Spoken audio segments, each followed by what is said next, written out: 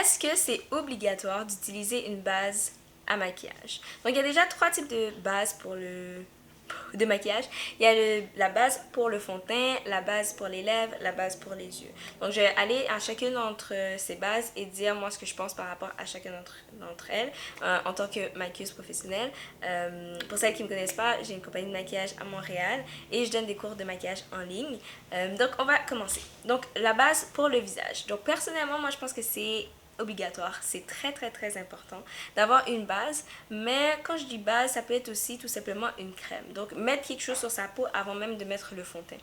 Donc la base, c'est important pour fixer quelque chose sur son visage. Par exemple, si tu as la peau sèche, tu viens hydrater. Si tu as des pores dilatés, tu viens mettre une base qui vient lisser la peau. Si tu as une peau qui a beaucoup de texture, tu viens utiliser ça. Si tu as la peau grasse, tu viens utiliser une base matifiante. Donc la base fait en sorte que le rendu du maquillage soit beaucoup plus beau et le maquillage reste beaucoup plus longtemps sur la peau. Donc ça c'est super important pour moi, c'est non négociable. C'est important d'avoir quelque chose sur le visage parce que si tu viens, tu laves ton visage, tu fais tout simplement mettre le fond de teint. Après quelques heures, il va soit avoir des craques, le rendu ne sera pas beau.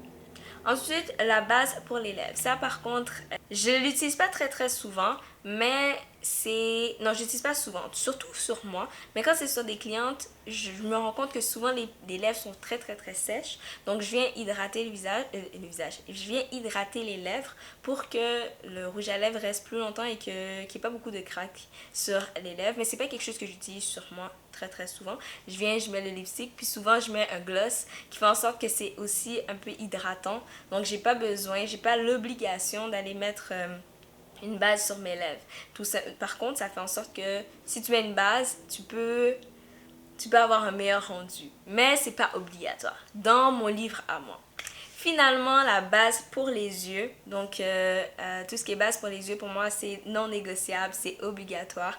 Je sais que certaines personnes aiment utiliser un concealer, un cache-cerne. Pour moi, c'est pas le même fini, c'est pas le même rendu.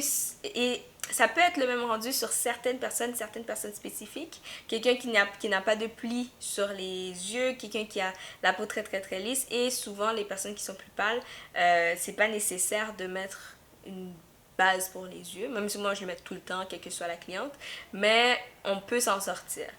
Moi, dans mon livre à moi, en tant que maquilleuse, une base pour les yeux, c'est obligatoire parce que ça fait en sorte que ça remplit les lignes, ça fait que le maquillage des yeux reste plus longtemps, ça fait en sorte que la couleur ressort plus. Donc pour moi, c'est non négociable, c'est vraiment important. Et je le démontre dans le cours de maquillage que j'ai fait pour celles qui veulent apprendre à se maquiller.